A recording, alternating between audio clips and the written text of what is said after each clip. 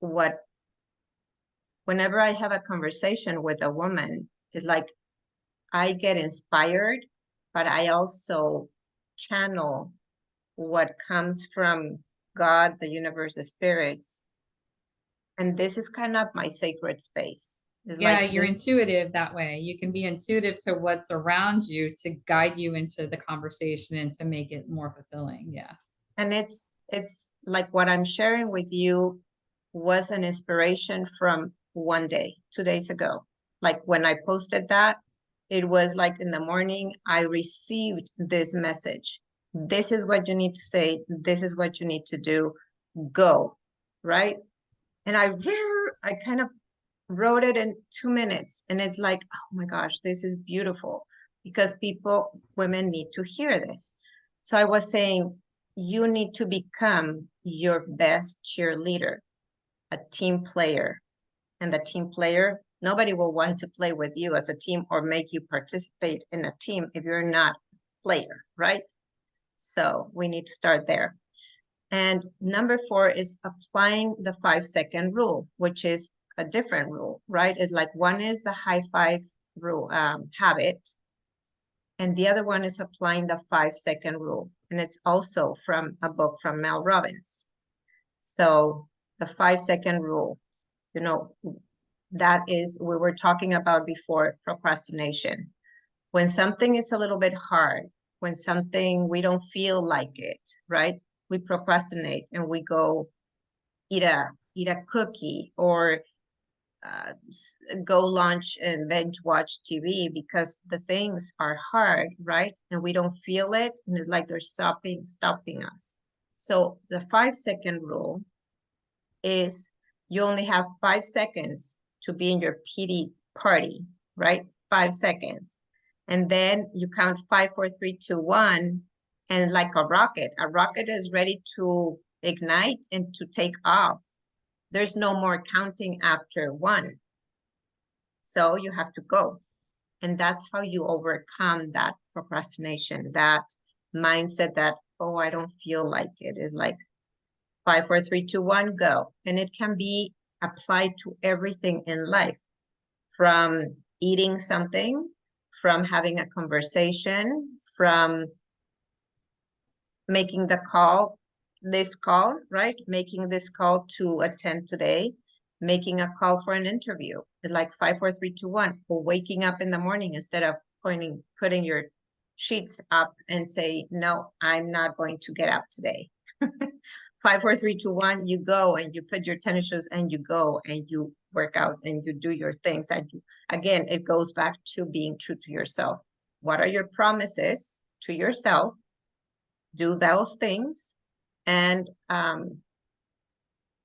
follow through. So that is very important. And number 5 is trading judgment for curiosity. So we are our worst critics. So everything that we're doing, we're judging, right? It's like, oh, you should be so much farther in life. You should be earning X amount of money. You should be better in your health. You should have eaten this instead of that. Don't shoulda yourself. That's what I'm saying, right? But that is a judgment. Don't And shit on yourself. no, that's a word that is out of my vocabulary, right? Don't should of yourself, or I have to. The word have or should out of your vocabulary. That's good. Yeah. But that is what, when you don't have all this knowledge, you're shoulding yourself and you're having yourself, and you're judging every single thing that you're doing. How is anybody going to advance? I like to say, always go back when you're feeling doubtful or something, go back to a child. What does a baby do? Do you judge a baby because he fell 20 times? No, right? Is the baby going to feel unworthy or feel like he's not enough? No. Does he worry about what other people think because he's doing something bad? He doesn't care. He's just curious. So you come back to that curiosity in life. It's like, why not utilize that baby-like mentality to live a better life? So that's why I say your business, your family, your life are just a reflection of you. So if you want to see better outside, you better start focusing on what is happening inside, I like right? that. That's good. Yeah. And I like the curiosity part because it's an opportunity to see it differently. Mm-hmm. When you stop, you take that thought captive, you have the option to judge it or to explore it, and you don't fall into a new pattern, and you challenge yourself to do something different than you would have done. Instead of saying, I should do it, you actually take the step forward, being curious and being mindful. And then it's a sense of discovery. And then there's a small victory at the end. Your endorphins will increase because you know you used a little bit of fear to get past something that in your mind, you're already thinking, if I don't do this, am I going to regret it? You're forward thinking that instead of looking backwards. Exactly. So you remove yourself from doubting yourself and from going like that, like, what should I go? Where should I do? What should I? And it's every day. It's a little mindset. It's a little reminders, but those are the little things that you can put at your forefront, right? You're feeling that judgy, you're feeling procrastination. You're like, oh, you think about the baby, you think about the 5-second rule, you think about the high five habit. Those are very simple actions, but it breaks the pattern, and it's all mindset that is like, oh, those are your little tools for the day, like your little soldiers in your body to help you in the war. Your And it immunity. rewires your brain, your synapses and the dendrites are now being rewired because you're creating new thoughts and you're not letting, and what that does actually builds your brain, the little nerves, the little sensitivity in your brain starts to expand because it's doing something new. And that gives you, again, a little bit more energy. That gives the body energy. And to keep that same pattern up for a period of time so that you don't lose it. And then I think you gain more courage to try something even bigger. Look at a runner, start with a walk around the block and then a jog around the block. And next thing you know, you're doing a 5K because you allowed yourself to not fall back into an old pattern of, I'm not going to do that. I'm never going to do that. Into what you said, count to 5, challenge yourself. Don't think about the woulda, shoulda, and actually just be bold enough to set a new pattern. And every day you can challenge yourself a little bit more. I like that. Exactly. That's So good. those So are what I need to do is I need to create a goal and then find little and work backwards. Find something that I think I could accomplish or challenge myself to do something, whether it's physical, read a book, or start something. I don't know. And then work my way backwards into micro habits until I get to a point where I'm recognizing that I'm challenging myself enough to, like you said, do I want to put the covers back over me or count to 5 and do it? That's mhm. good. Those are the things that, and when you feel that something is wrong outside, it's like, oh, what am I not doing inside? Why did I miss? So that's why I start creating a morning ritual in a checklist of things that you know that you do every day, and that helps you. So I kind of thought about dividing this into the next 5 months, because we have 5 months to work towards our kind of full goal, but it's little habits, right? A structure. So the first month is to be really honest with yourself and be work a lot on your mindset. And so face everything. So put it all out on the table. What are your fears? What are you dealing with? What are your obstacles? And so you put them out on the table, like you said, your puzzle, right? It's out there. You see it. you do not fake it until you make it, but you face it until you embrace it and you see it. So you take out all the junk from your head, and now you have clear mind, and now you know what to play with. That's And good. Mhm. and also your emotions. So you clear your head, you clear your emotions, because now you have everything outside for you on the table. Yeah, I like that. You're taking it out from a hidden place. You're bringing it to light, and now you can sort it, deal with it, prioritize it, see how one affects the other, because all of our emotions come from the thoughts. So if we take that thought captive and we identify it as a fear, whether it's an internal or external or superficial fear, the issue that caused the fear, the obstacles that are in the way of combating this fear, then, like you said, put it all out there. And I think that's something I have not done. I have not taken inventory of all the things because I allow them to run radical, and they pop here and then they pop there and then they pop here. And then the next thing you know, I'm not recognizing, oh, I was worried about that last week. I haven't dealt with it. I just pushed it to the side, but now it's compounded. Now, not choosing to buy healthy food at the grocery store has now brought me to a point where I open the refrigerator and I decide, well, there's nothing healthy to eat. I want to eat healthy today. So guess what? I'm just not going to eat today. And I don't eat for a few hours. And then by the end of the day, when I'm starving, I didn't plan it. So I'm like, you know what? I'll just eat some pretzels. Can't be that bad. And then there's no nutrition, there's no protein, there's nothing there for me. And it's all because I didn't put it as a priority from the beginning and then bring it to where I'm at today. And exactly what you're saying right now, I remember that our first conversation was about Alzheimer's, right? Everything that we're doing, we're working with our brain, everything to avoid Alzheimer's. That's my goal number one, to help women. And it's through the menopause that you create that awareness of your body, your mind, and your spirit and your soul. And it's like your actions, but everything, like you say, you're not eating, no nutrition, pretzels, that is trash. It's trash in your brain. So your neurons, you don't have food to work with, right? So how are you going to make good choices if there's no food to work with the brain?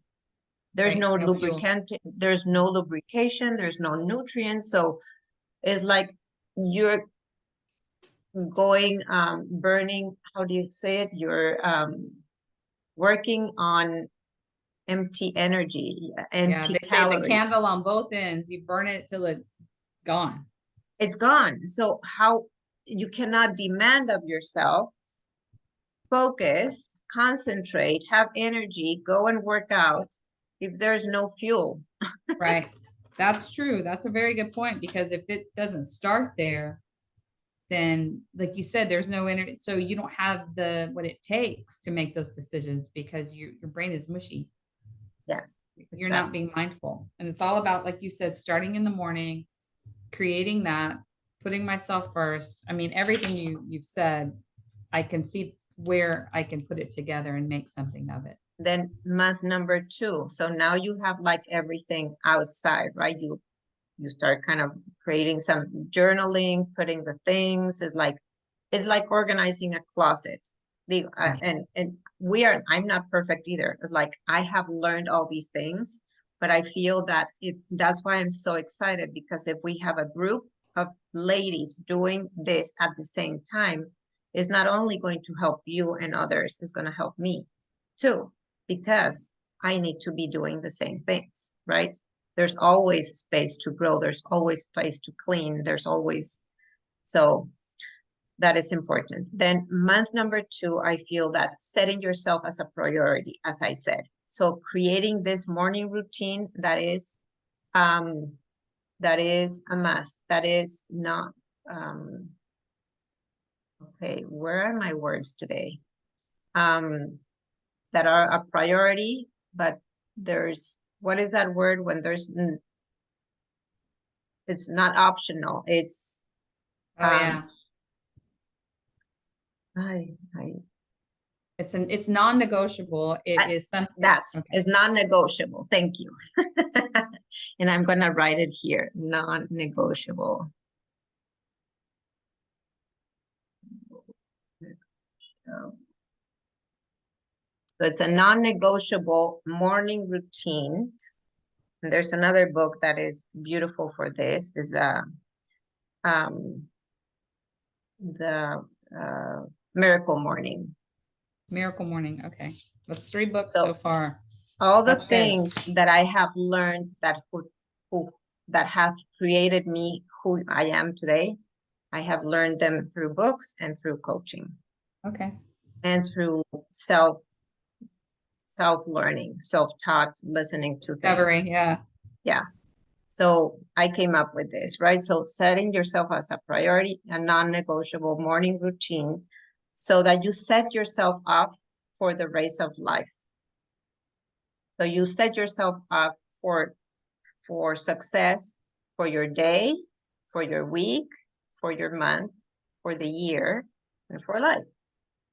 But it starts with one day. It starts with one action. It starts with one win of the day, even Yeah. from making your bed first thing in the morning, right? Right. Because that's part of the morning ritual, because Right. that's already a success. You do it and it's like, oh, I already tackled that. You go back and it's not messy. So you're organizes your brain. And it's a good motivation to do something else. Yeah. And when you create certain habits, it's like you're no doubting yourself. You're not kind of, oh, I could take my coffee, I could go for a walk, I could make my bed. There's too many decisions to make. No, there's no time to lose when you have a routine. It's like, oh, A, B, C, D. I do all these 5 things, and then I'm ready for the day, for the world, right? Before Right. first you, then others. Sorry, So dogs.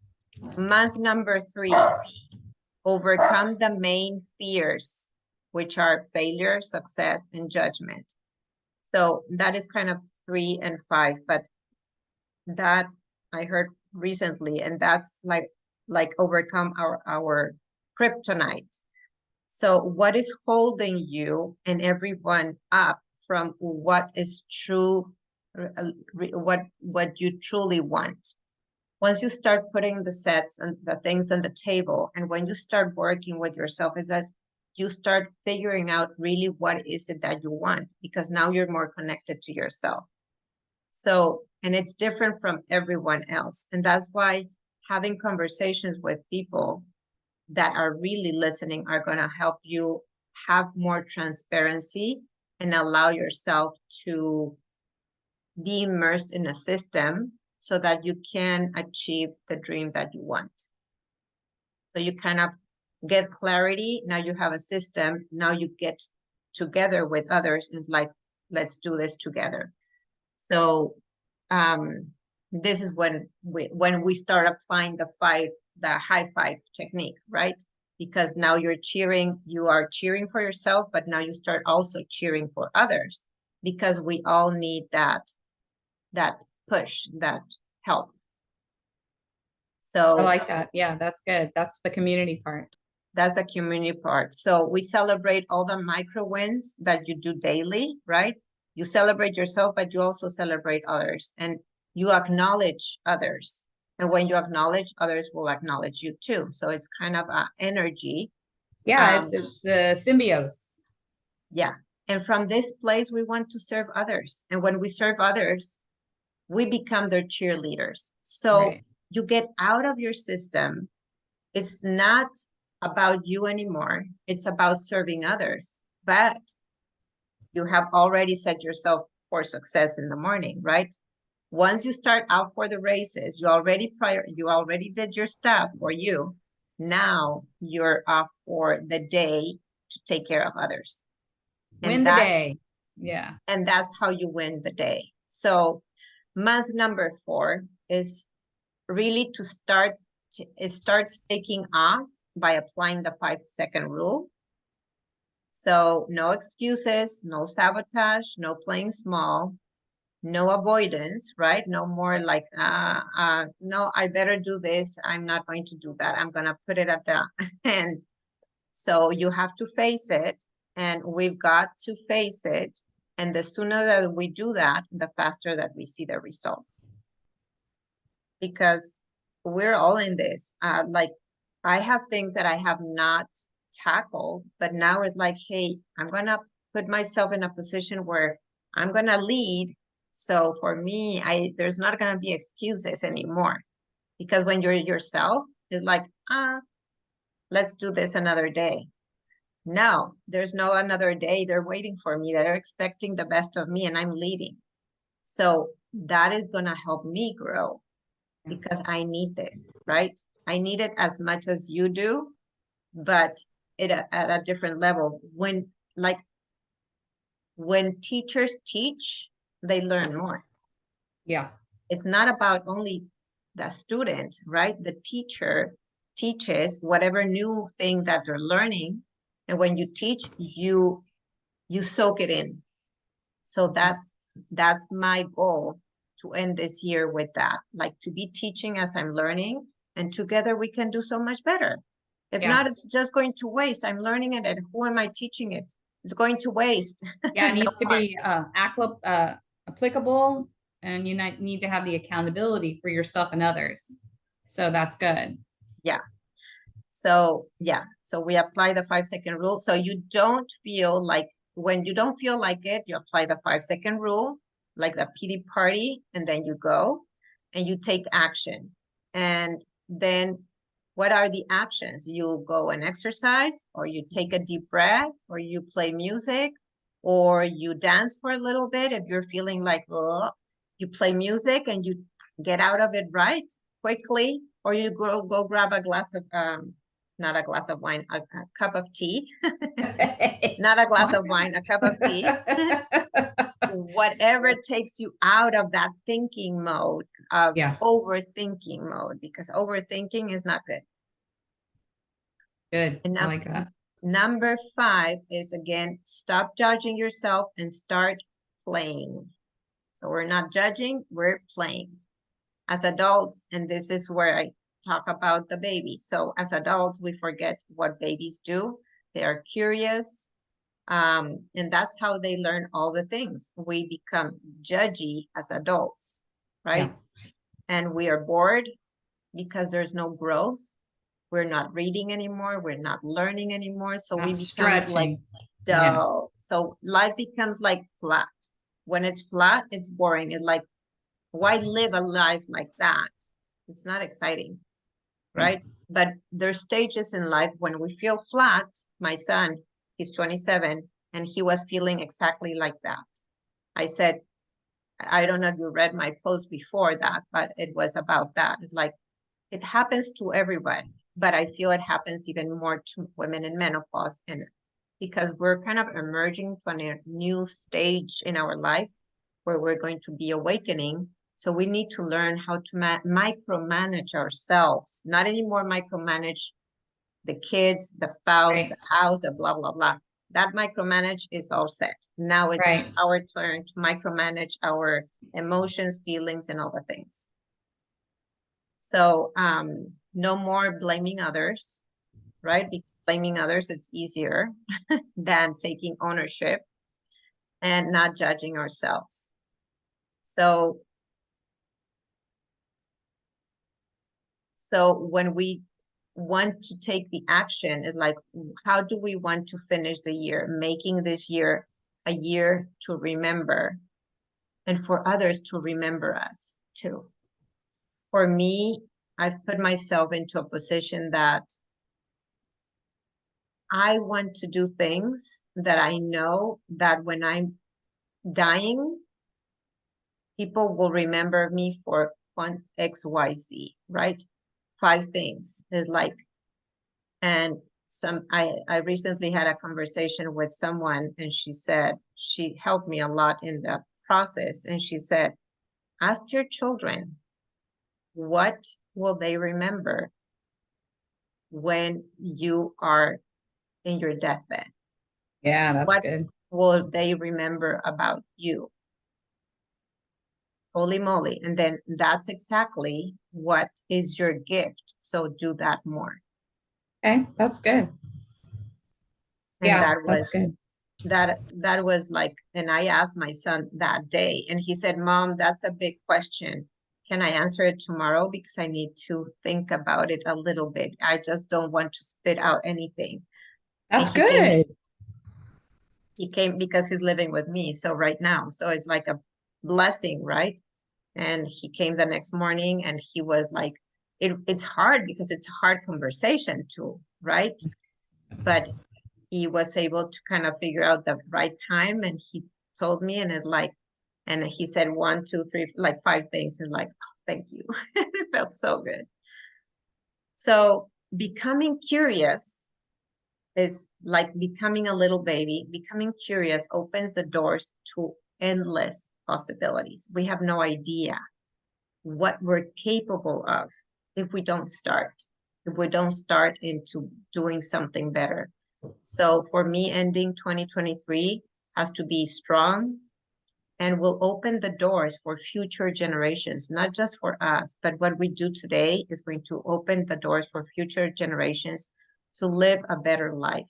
We want to live, for me, that's my mission, that's my purpose, is to, whatever I do is going to help future generations, parents and parents of young children, teach them the basics, to feed themselves, like to learn what to eat, that their brain can work better, and all the things. It's our responsibility to leave this better, this world better than When when we we. found it. Yeah. That's a lesson that my father planted on me. He was a scout, and he always said, since I was growing up, wherever you go, whatever you do, you always leave things better than you found them. So that's a lesson. And I'm getting It's great emotional. wisdom. That's okay. I'm a daddy's girl too. I'm getting emotional because my mission, my coaching is what God gave me to do, to open the doors for people to have the space to have a voice, because he didn't have that voice. Whew, thank you. Girl, that was beautiful. You did it. You're manifesting his heart through your Yes. actions.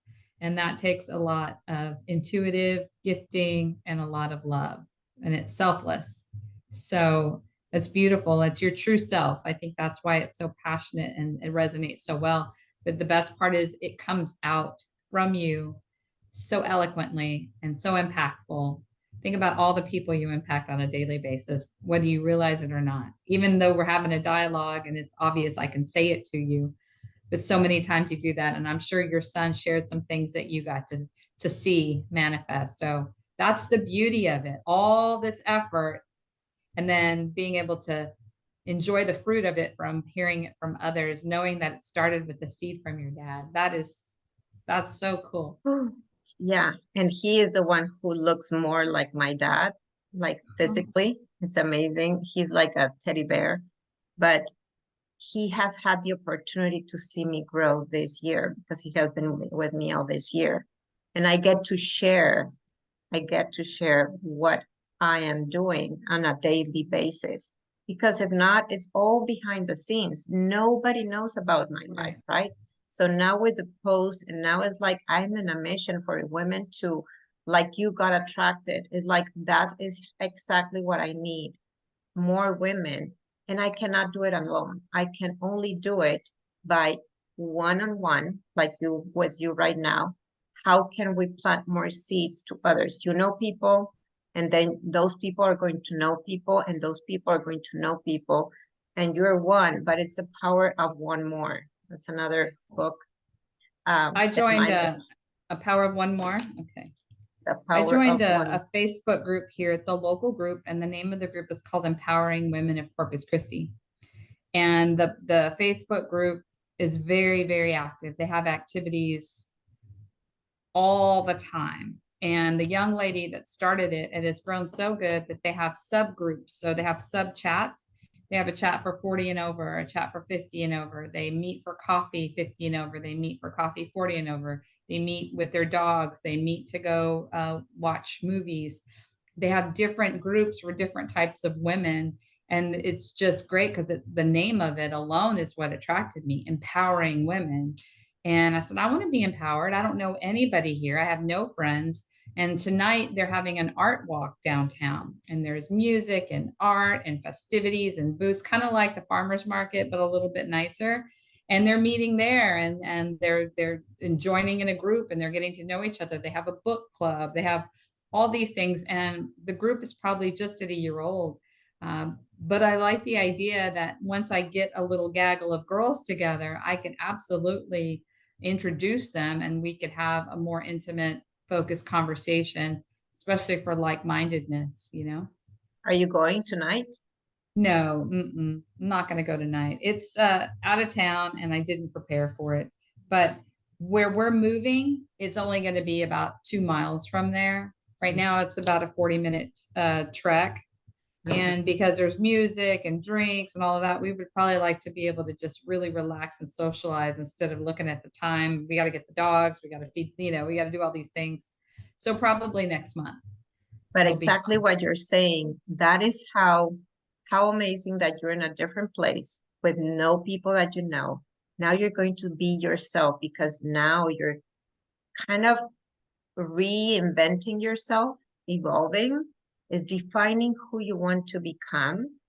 And from that place that nobody knows you, nobody's gonna judge, nobody gonna say, they're just gonna know you as you are, as this new version of you, which is improved version of you, right? It's not, you're not changing who you are, your essence is right there, but you're up leveling yourself. So now it's so much easier to connect with people because you're gonna connect at this level, not anymore Right. at this level where you feel maybe right now. You want to go here, and from this place, you want to meet people, eye to Yes. eye, and then from that place, you elevate and you elevate. And like the sky's the limit, right? Yeah. That's But we good. have So I have we this time to work on it. Yeah, that's you so have the good. I time like that. to you have the time to work. So I think it's like always, it's a perfect timing.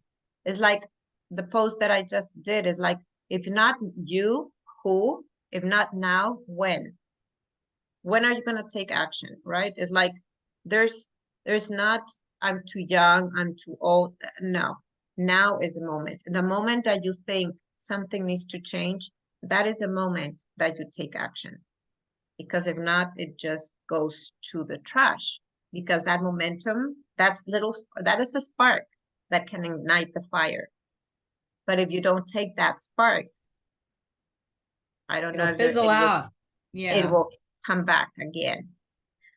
So Well, let me I have stop. homework to do, so I'm excited about the little things that I get to start doing now. I'm going to order a couple of books because while I have this time, it would be nice. And I'm going to also order a pretty journal and start journaling. And I'm excited. I have some momentum today, so I'm excited that you've shared those things with me. And we have 5 months at the end of the year. We have 5 months. So yeah, I want to let see me more ladies join let me this stop the journey. yeah, let me stop the recording. Hold on.